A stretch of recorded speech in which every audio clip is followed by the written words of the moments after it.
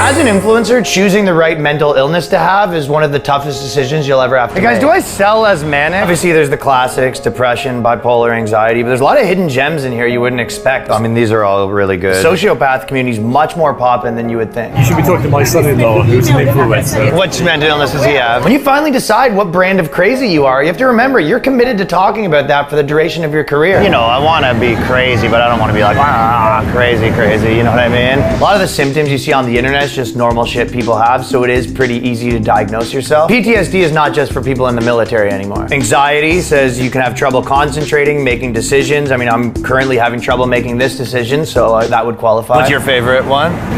So you're not an influencer? No, I'm not. Is that because you haven't been able to pick your mental illness yet? No, I'm okay. I mean, between me and you, I'm fine too, but obviously on the channel, we gotta have something, right? Yeah, We're going to devote our energies to sports and gardening, all the cultural pursuits as far as they're concerned. In fact, we're going to put the goons to sleep.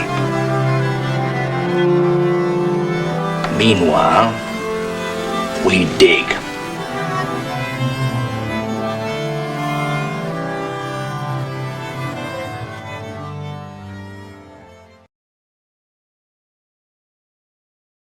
Greetings and welcome to the Anadromist. This is Burn Power coming to you from Tbilisi, Georgia on a perfect summer day. Not too warm, a few clouds in the sky, not too broiling hot, which is wonderful. Certainly not cold at all, but a very pleasant temperature.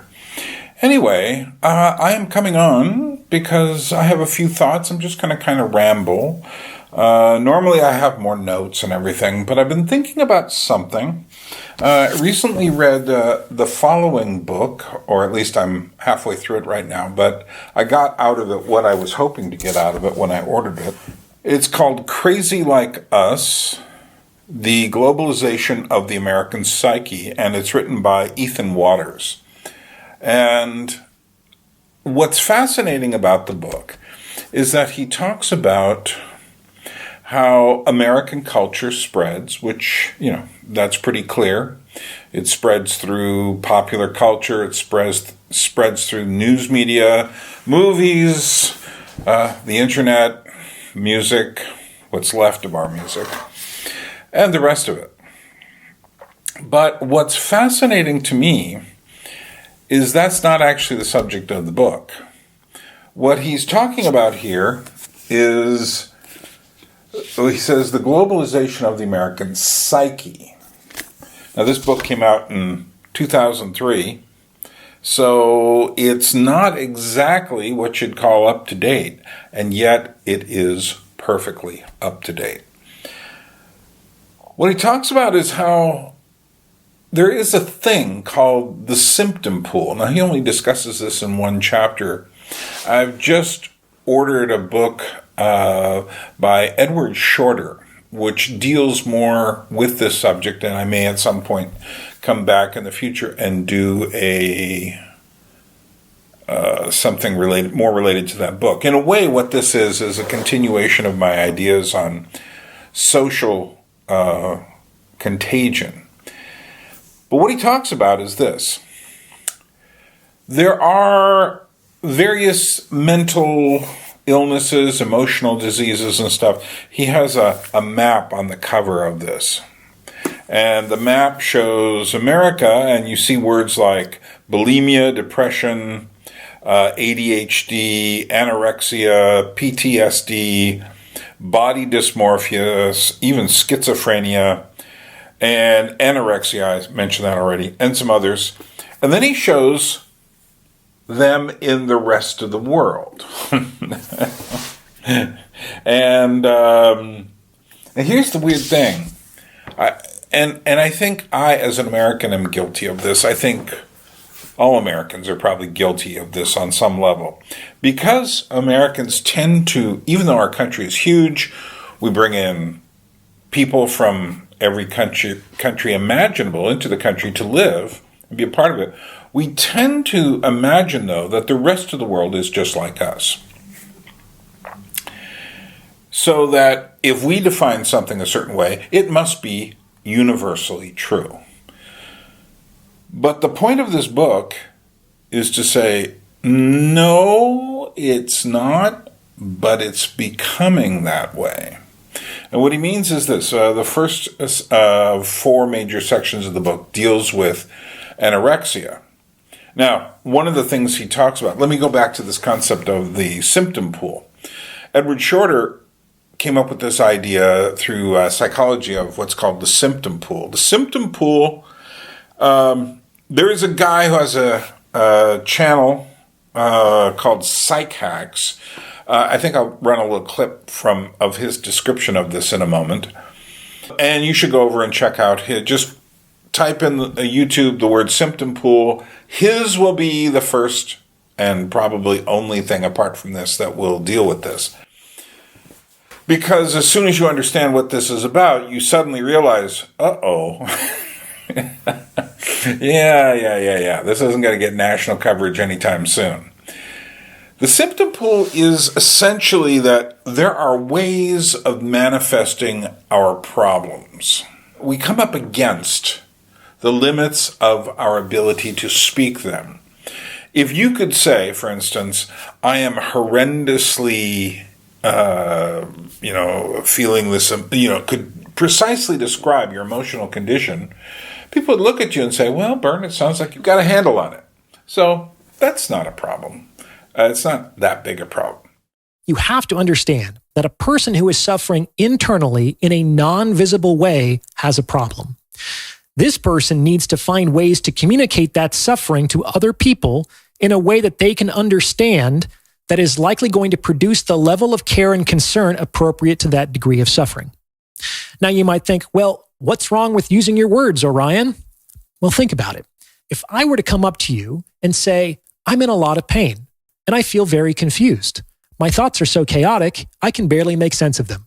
And it's so intense that I don't think how much longer I can take it.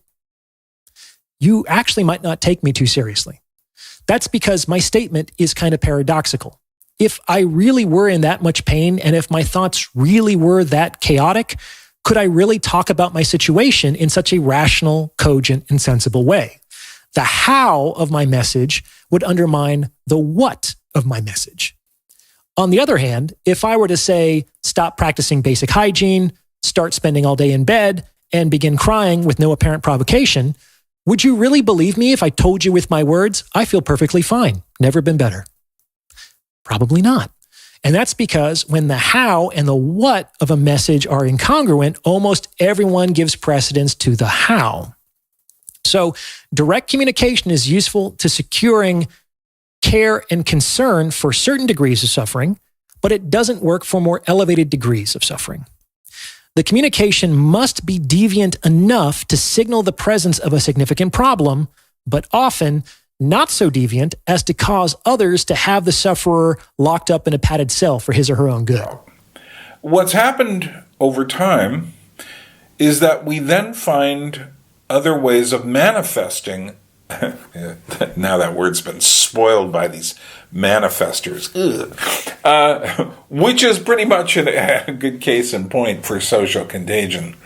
We've been spoiled by the manifestation. Let me start that again. We will, when we are in really deep distress, will unconsciously manifest our problems in a way to get people to really look at us. One of those problems would be anorexia, which we'll talk about in just a moment. But another one would have been something like hysteria back in the 19th century. Now, today's basic mode of discussing hysteria is that it wasn't a real disease. Many feminists will say, the male doctors diagnosed this, and there are all these different issues related to it.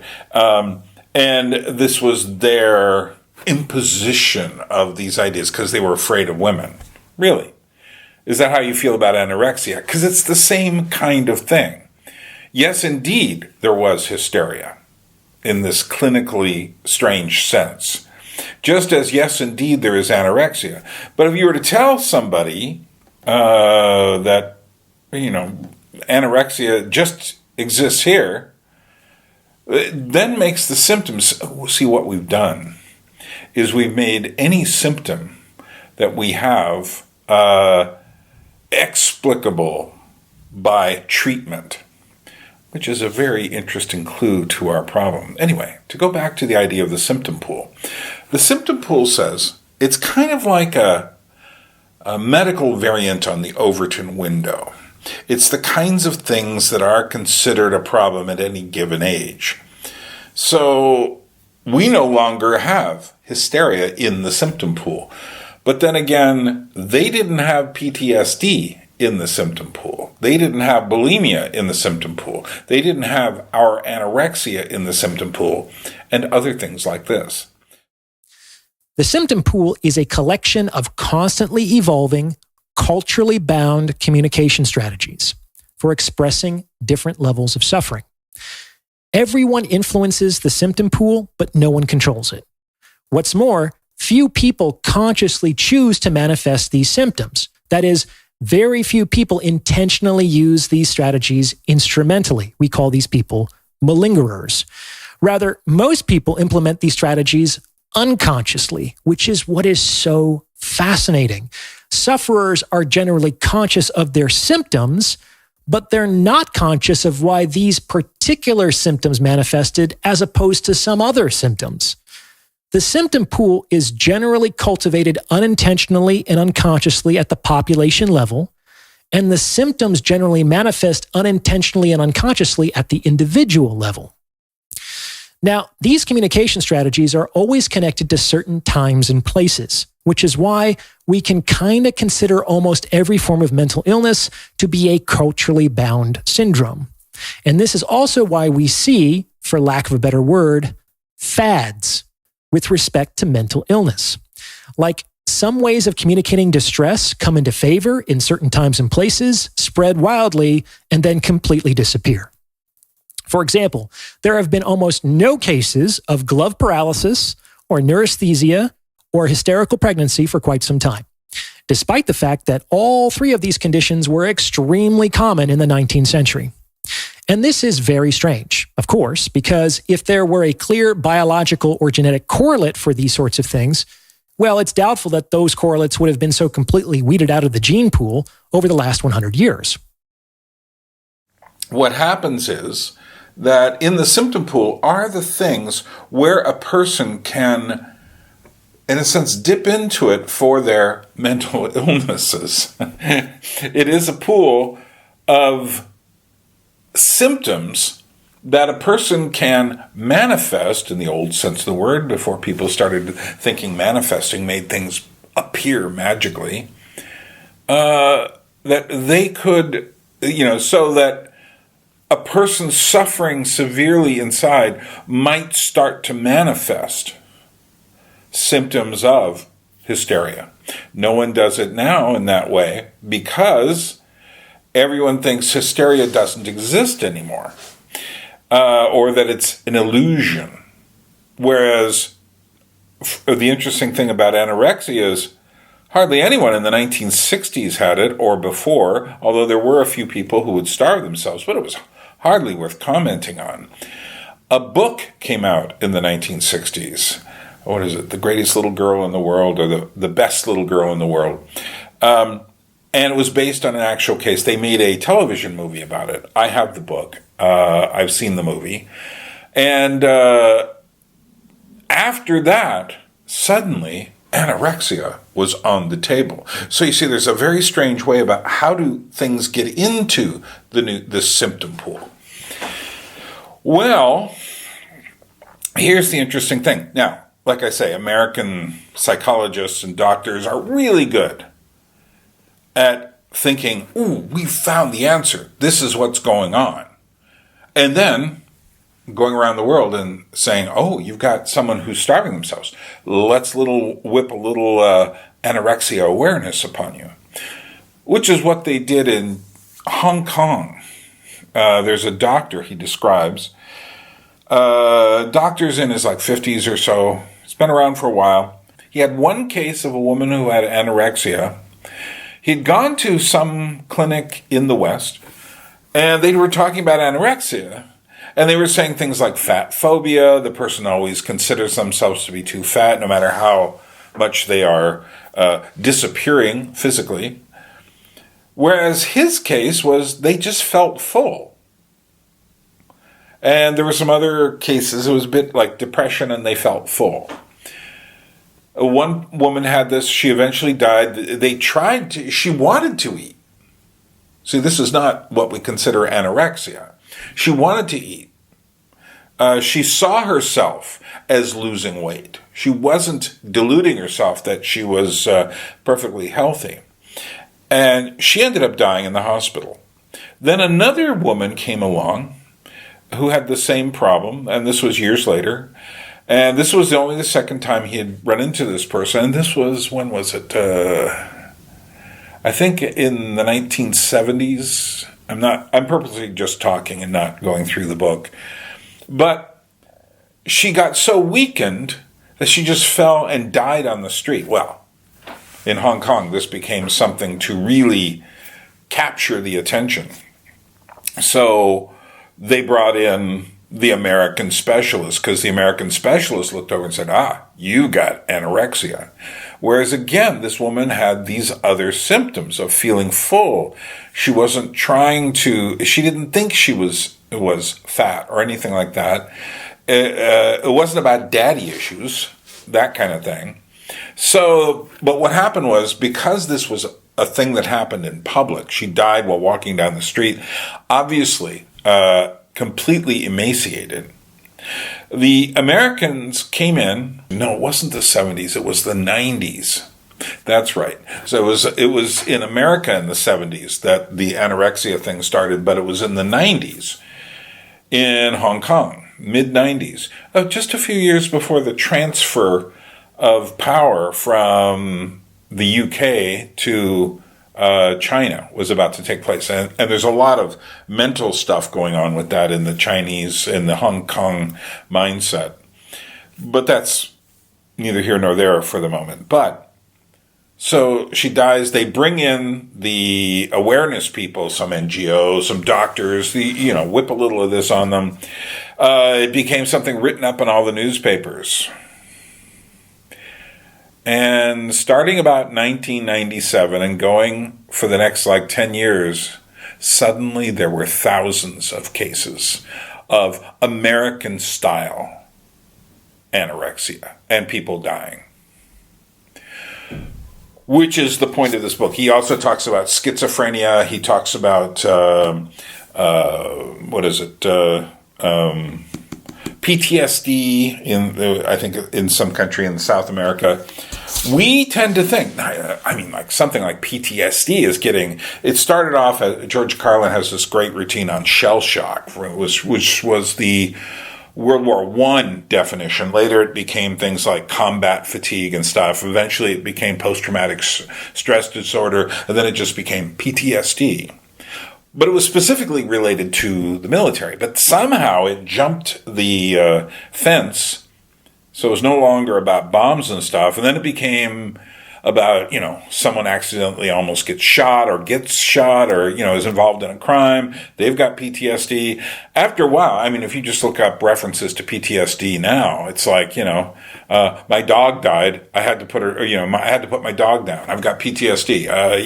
It's like my parents won't let me go. I've got PTSD. Just suddenly slipped the fence entirely on what it meant. Even still, as George Carlin points out, it was getting really abstract and strange. But we tend to think these are universal, especially in America. We tend to look at our definitions through clinical research. We go out into the world and spread these. What we're trying to do is help people. We see a symptom, we say, oh, they must have PTSD. And yet, what's so odd about that is that, something else is going on. So on one hand, in Hong Kong, you had just these two strange examples of anorexia, and then suddenly multitudes. And although there are some issues related to the media, fashion models in the 1990s were, especially by the end of the 90s, were starting to get dangerously thin and such like that. But it isn't until you bring in the awareness campaign that things change. do you start to get a feeling of where this is going for us today? I'm not going to go into it all, but let me just point it out another way. When I was young, so much younger than today, but I never needed anyone's help in any way. Sorry, Beatles quote there. When I was young, my mother had some issues, and one of those issues was that she picked the wrong man. She got married. My third stepfather, back then people got married over and over rather than having boyfriends over and over. Please don't think the boyfriends over and over is somehow better or more honest. It isn't. But nevertheless, she married this one man, the third husband, who was an alcoholic.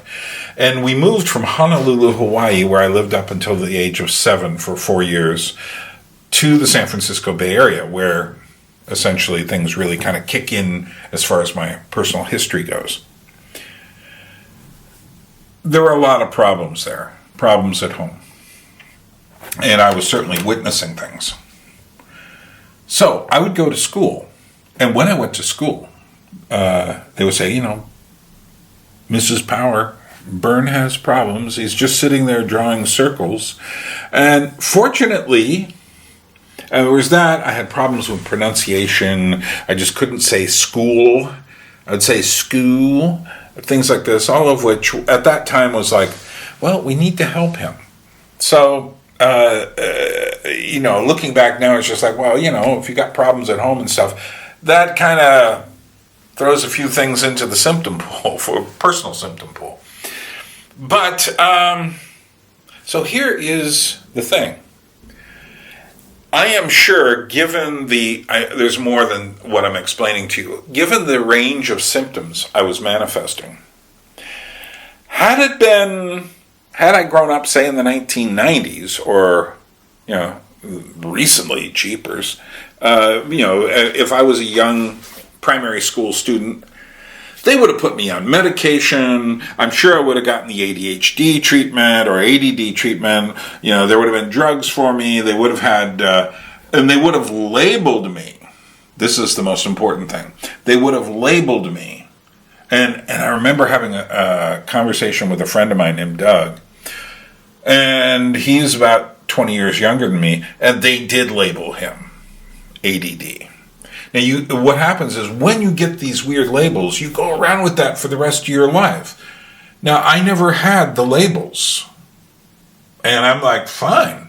I don't get everything done. Sometimes I get distracted. I do all this stuff. I'm sure you could sit and pick apart my daily routines and find some sort of patterns. But the basic thing is I'm not subject to the labels. That's the thing. I have no personal relationship. If someone says they have ADD, I never think about myself. Even though, like I said, I could go back and I'm sure I could find a bunch of things to, maybe I was, the autism label is really weird these days. Yeah, there are people like in Rain Man who are definitely autistic. But then there's all these people on the spectrum, and I heard someone talking the other day, do you think Taylor Swift is on the spectrum? And it's just like, yeah, because she was a lonely girl sitting by herself writing songs all the time. Is that autism? You see, it's like what happens is we come up with these labels of these certain things. We think they're universal. So we think all across the world, there are all these people with different aspects of the autism spectrum. We don't realize, hey, do you think there are any autistic people running around in a tribe in the jungles of Peru down at the bottom of the Andes Mountains? I don't know. You never hear about these things. So this relates to social contagion. The strange way in which our medical conditions.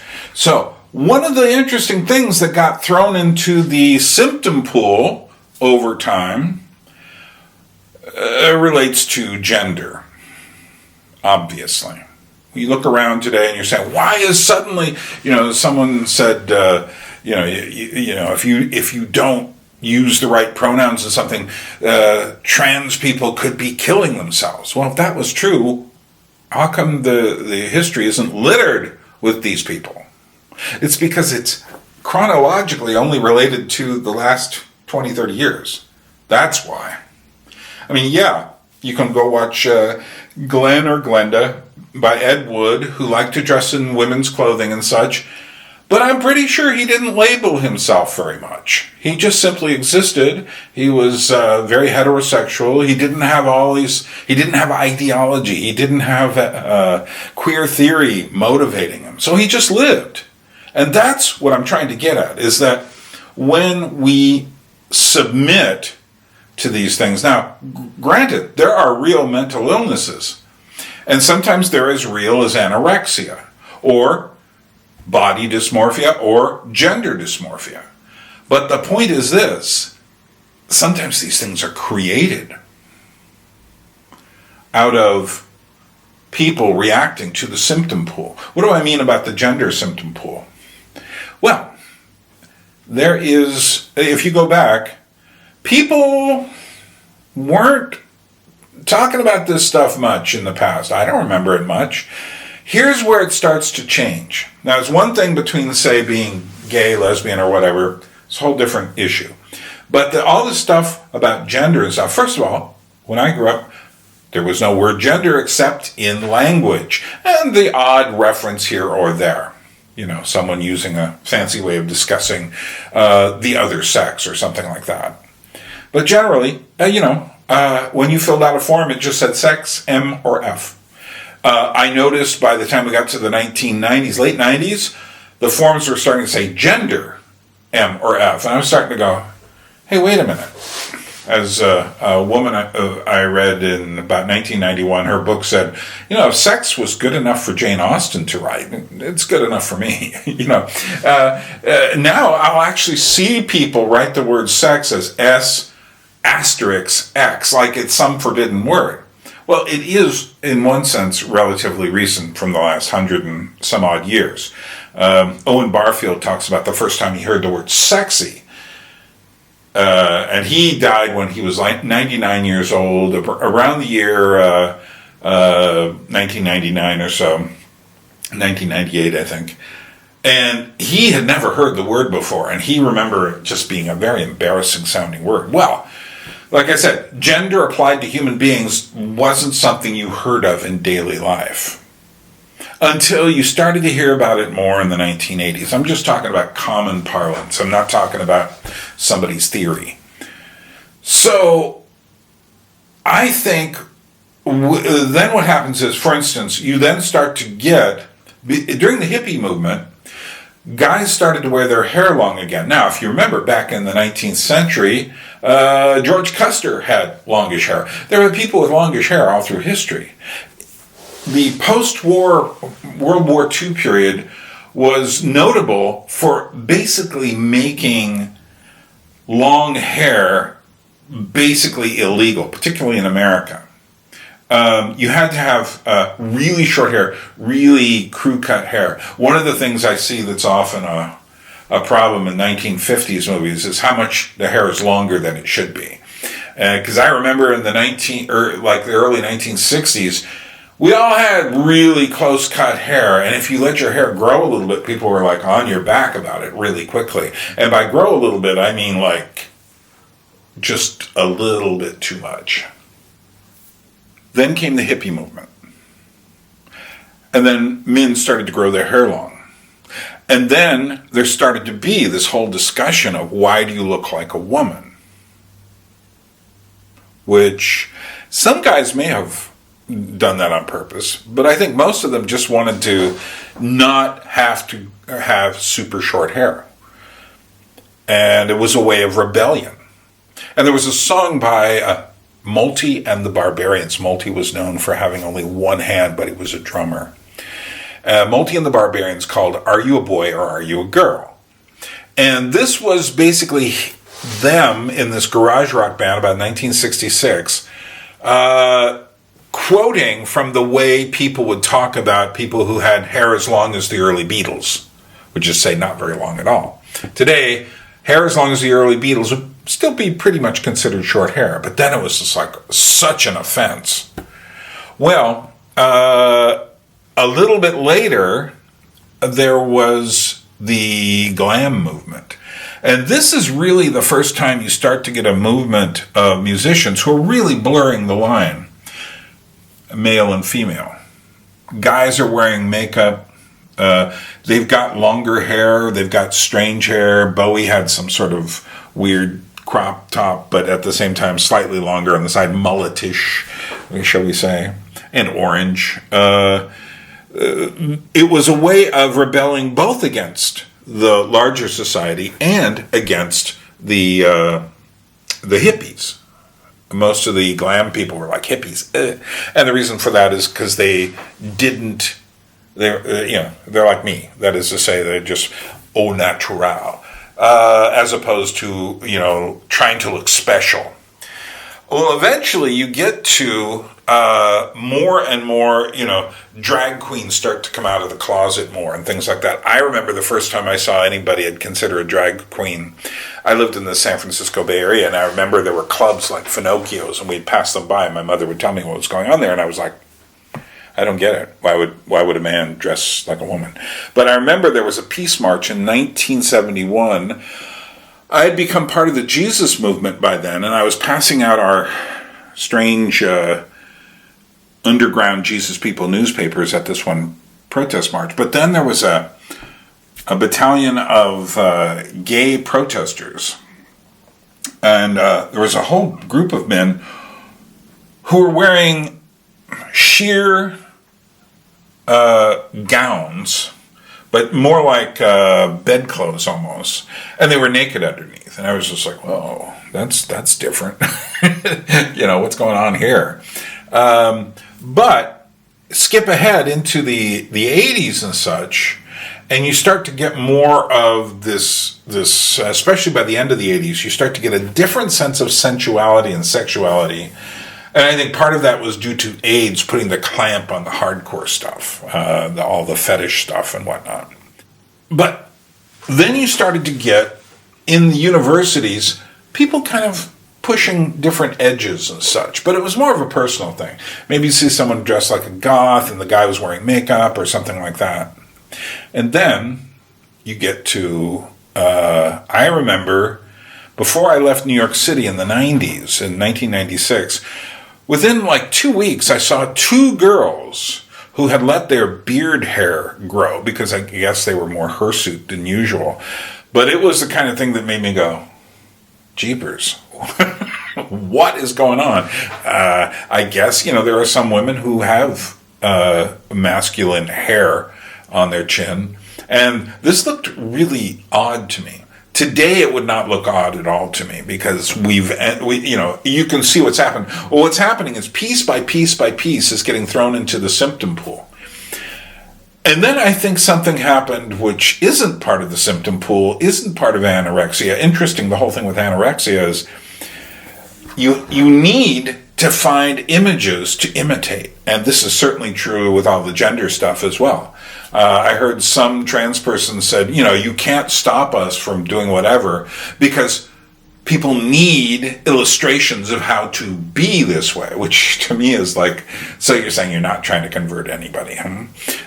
But I remember at the beginning of the internet, one of the things that really disturbed people in the late 90s, early aughts was thinspo, which was thin inspiration or anorexic inspiration.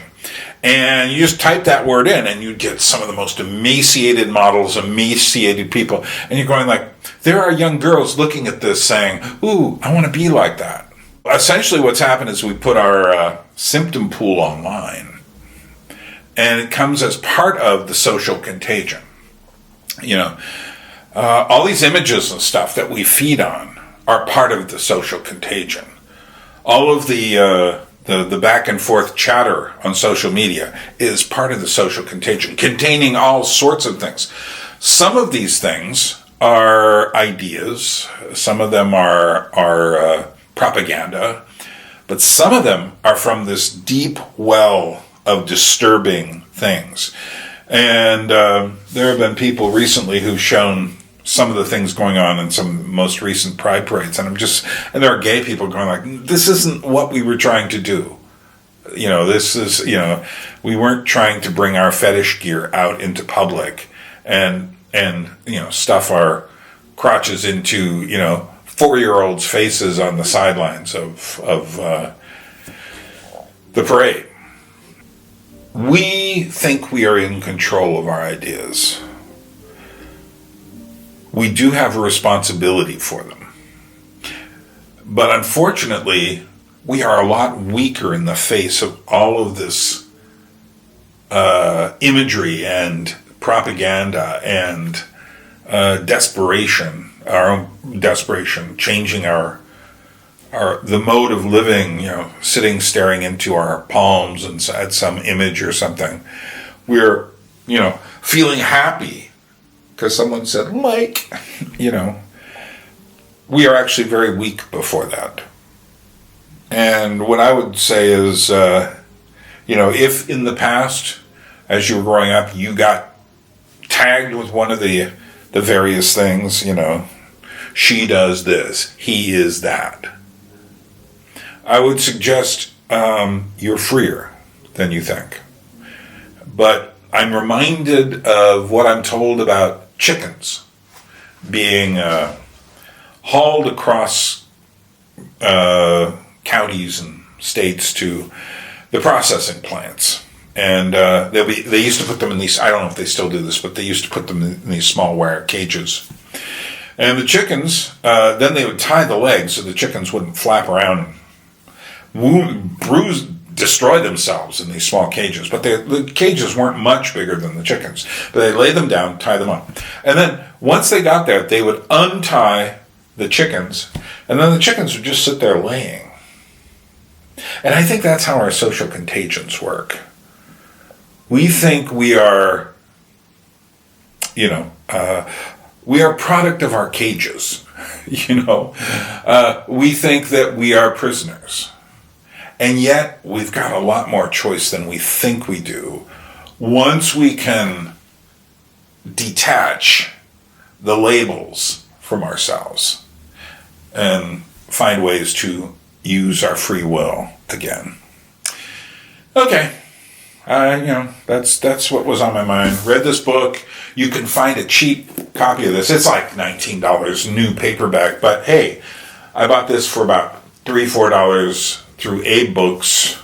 I'm not trying to promote it. I'm just simply saying if you want to read about this stuff, it's not simply something I'm dreaming up. It is something real. And go check out the link to somewhere in here I've thrown in the psych hacks guy, and I don't agree with everything he says all the time, but in this case I think he was pretty spot on. And anyway, thanks for being here. And you know what, I don't make any money on these videos through YouTube. I don't have sponsors. I don't do anything. If you'd like to contribute, feel free to, and share the videos. And I'm really glad for the responses I got to the Taylor Swift diptych. People say duology now, and I'm going like, what in the heck is that? Two-parter, which one part is here, the other part is over on the Anadromist. And the Anadromist is where I'm putting my media and music and movie content and stuff. And I'm leaving it all here, but I'm slowly mutating some of the best videos for that format over there. And actually, I'm getting some decent views. I put up my How We Got Here music edition over here with slight tweaks and such. Suddenly 5,000 people found it. Then again, I went on a channel, Andy Edwards Drummer, which I recommend if you're interested in music. And he's a guy who's been wrestling with stuff. He's in his 50s. He always calls himself old, and I'm like, give me a break. But I understand now. Older people, when I would say things like, I'm 64, they look at you like, whatever. Because I'm 60, I'll be 69 this month. So, well, I won't be 69. I will have accomplished 69. People often think you start your 69th year right after your birthday. Well, most people who live to be 69. That you're 20 years old, and now you're starting your 20th year. No, you're not. You're finishing your 20th year. But anyway, I'm doing another interview with him actually tomorrow about Taylor Swift, which will be on his channel, and I'll eventually get a copy of that and put it on the Anadromist. And I've got doing an interview with James Wallace about music, and there'll be more stuff, so check it out. And eventually I'll have more movie reviews and music thoughts over there as well. So go join the Anadromist channel. That's it. Put a fork in me. I'm done. But I'm not a potato. From Tbilisi, Georgia, where the word for potato is kartoffel. It's not Kartoffel, which is German. Droit. We will meet again. A people without history is not redeemed from time. For history is a pattern of timeless moments.